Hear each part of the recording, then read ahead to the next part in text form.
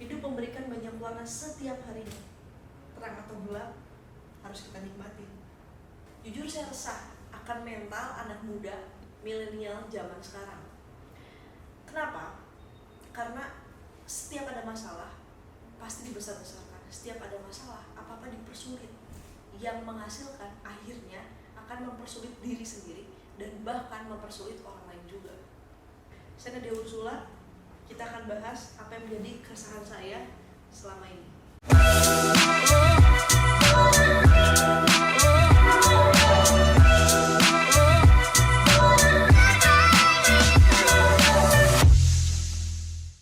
Nah, kebanyakan anak muda itu ketika mereka punya masalah, itu mereka besar-besarkan, yang menghasilkan merugikan diri sendiri, bahkan merugikan orang lain. Nah, akhirnya itu nyangkut atau ngomongin soal kesehatan mental yang bisa jadi ya kesehatan mental mereka jadi sakit. Nah, emang apa sih kesehatan mental?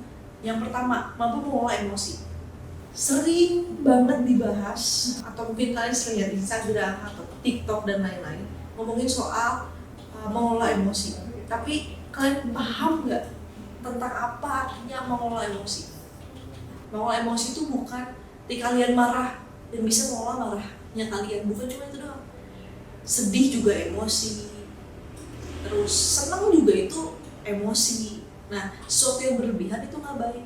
Sedih, terlalu sedih nggak baik. Senang, bahkan terlalu senang juga nggak baik. Marah boleh, tapi terlalu marah juga nggak baik. Nah, itu disebut namanya emosi. Mampu mengelola berbagai macam emosi, tidak berlebihan dan tidak kekurangan. Dan yang kedua, yaitu mampu menghadapi masalah-masalah dalam hidup. Nah, maksudnya gimana? Mampu menghadapi masalah dalam hidup, itu ngomongin potensi dalam diri. Kenapa? Karena ketika kita nggak mampu melewati setiap masalah atau tantangan yang ada dalam hidup, bisa jadi kesehatan mental kita yang terganggu. Jadi definisi atau arti kesehatan mental itu ya dia mampu menghadapi setiap masalah-masalah yang datang di hidup dia. Yang ketiga, yaitu memiliki kepuasan dalam kehidupan sosial.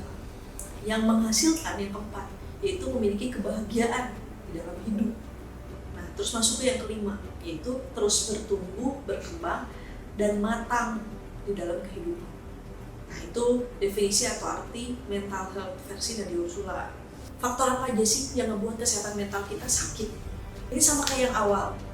Aku udah jelasin tadi tentang definisi atau arti dari kesehatan mental. Sekarang aku mau jelasin kenapa setiap anak muda atau kita itu mengalami namanya mental gak sehat. Jadi faktor yang pertama itu karena ketidakmampuan kita dalam mengatasi masalah atau ketidakmampuan kita dalam mengatasi tantangan dalam hidup. Nah, yang kedua yaitu tidak dapat memaafkan masa lalu. Contohnya kita anak-anak muda punya peristiwa-peristiwa mungkin rahasia atau bahkan banyak orang yang tahu juga tentang hal-hal yang mungkin gak kita suka. Peristiwa-peristiwa yang mungkin contohnya kekerasan dalam rumah tangga atau pelecehan atau apapun yang bikin kita malu atau yang bikin kita sakit, yang bikin kita sedih, yang bikin kita marah, yang bikin kita gak bisa kontrol emosi. Nah, itu faktornya. Yang ketiga yaitu tantangan hidup. Contohnya tanggung jawab harus dipenuhi karena ketidakmampuan seseorang. Nah, ketika dia punya mental tempe yang akhirnya harus menghadapi tantangan hidup atau menjalani tanggung jawabnya. Karena ketidakmampuan itu yang membuat dia akhirnya jadi stres, bahkan emosi sesaat, dan bahkan membuat keputusan-keputusan yang gak bijak yang menghasilkan merugikan dia, merugikan orang lain, bahkan merugikan masa depan. Bisa jadi. Yang keempat yaitu stres berlebihan. Nah, ini yang tadi aku bilang sebenarnya berkesinambungan. Jadi stres berlebihan itu ketika kita punya masalah atau ada apapun yang menjanggal hati atau perasaan kita, itu kita pikirin sampai akhirnya overthinking, makin overthinking, terus bergejolak dalam diri setiap hari. Itu kan anak muda itu mempersulit diri karena terus dipikirin, akhirnya jadi stres berlebihan. Sebelum video ini ditutup, saya punya beberapa solusi untuk teman-teman yang mengalami masalah tentang apa yang tadi saya bahas. Kita mulai solusinya.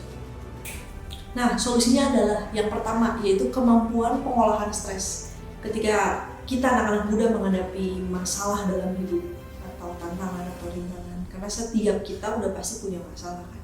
Tapi ketika kita punya masalah, kita tuh kan kadang suka pikirin kepanjangan, akhirnya jadi overthinking tadi saya bilang. Nah, solusinya di mana? Nah, ingat satu hal ini, yaitu pain is temporary. Jadi ketika kalian ngalamin sakit, ketika ada masalah itu, nggak enak feel-nya, rasanya ketika ada tantangan atau rintangan dalam hidup, ingat aja kalau itu tuh temporary. Masalah tuh nggak berkepanjangan terus-menerus. Dan sakit, rasanya sakit itu temporary, nggak selamanya. Ingat hal itu. Nah, yang kedua, solusinya adalah memaafkan masa lalu.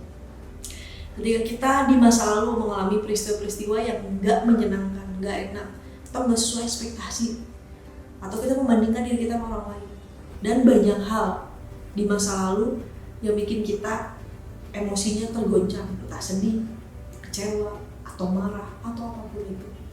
Nah, kuncinya, solusinya, yaitu hanya memaafkan masa lalu.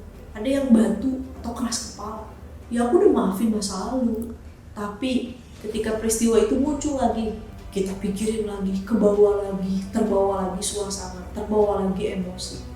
Akhirnya dilebih-lebihin, akhirnya nangis, sedih lagi. Apa itu yang dibilang udah maafin masa lalu?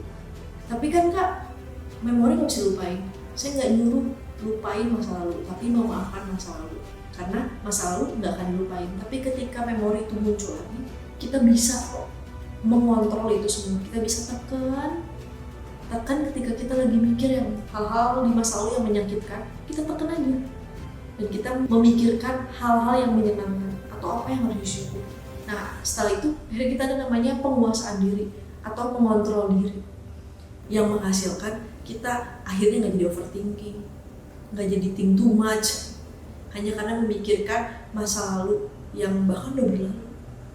Yang ketiga, yaitu balance dalam hidup. Hidup kan gak cuman raga kita doang kan yang kita urus, tapi ada jiwa, ada roh, ada raga, ada 3 hal yang harus kita urus. Itu jangan lupa. Jadi ketika kalian mau sehat mental, coba belajar untuk sehatin 3 hal ini. Yang pertama, kita bahas dulu tentang rohani, kesehatan rohani kita, roh kita. Biasanya nih yang kita kasih makan itu tubuh kita doang kan. Kita makan nasi, kita makan makanan enak. Tapi jarang nih orang ngasih makan enak atau makan rohnya. Nah, itu perlu juga. Karena kalau kalian mau sehat mental, nah itu salah satu caranya. Nah, caranya gimana? Ya kalian bisa berdoa atau konsultasi sama orang-orang yang memang pemuka agama. Ya kalian bisa belajar sama dia. Karena kalau aku di bisnis harus punya leader, pemimpin yang bisa ngebimbing kita bisa jadi semakin naik dan semakin tinggi, semakin hebat. Yang kedua, kita ngomongin jasmani. Nah, jasmani itu ngomongin soal kesehatan fisik. Contohnya, kalian bisa olahraga, terus makan makanan yang sehat, atau makan tepat waktu biar gak asam lambung, biar gak mah, dan istirahatnya cukup juga, jadi di jam yang benar juga. Nah, itu mempengaruhi kesehatan mental. Habis jasmani, yang ketiga jiwa. Jiwa tuh ngomongin apa? Itu kesehatan mental. Itu pun perlu dijaga. Kesehatan mental tuh itu aspek dari 2 hal ini. Kesehatan rohani harus jalan, kesehatan jasmani harus jalan. Maka dengan sendirinya kesehatan mental pun jalan. Tapi di kesehatan mental pun perlu dikasih makan. Dengan cara yaitu menerima diri sendiri dulu. Ini tipsnya juga, ini solusi juga ngomongin kesehatan mental, yaitu saya selalu waktu saya masih muda, saya selalu pakai perasaan. Saya kadang kurang setuju sama orang-orang Indonesia yang selalu ngomong kalau cewek itu selalu pakai perasaan. Itu kan ada alam bawah sadar di cewek-cewek tanpa disadarin. Karena kalau kita pakai perasaan terus, tanpa pakai logika, kan akhirnya jadi bodoh. Bodoh maksudnya gimana? Contoh si cewek itu kalau dikasih tahu, kadang-kadang suka ngeyel. Jadi dikasih tahu hal yang benar.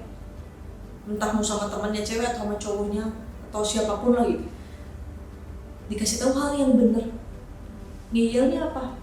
Aku nggak bisa kok ditegur kayak gini, aku nggak suka dimarahin. Tanpa dilihat maksud dan tujuan si orang ini ngasih tahu dan apa makna dia ngasih tahu, yang diduluin itu perasaan dulu, baper dulu. Kalau pakai logika gini, oh iya ya, oh maksud dia baik, tujuannya baik, ya udah emang kenapa? Kan logika duluan. dibanding perasaan. Jadi sebenarnya logika perasaan harus balance, tapi yaitu kebanyakan cewek pakainya perasaan duluan dibanding logikanya dimainin gitu. Jadi sebelum kalian ngucap atau ngomong, pikir dulu deh.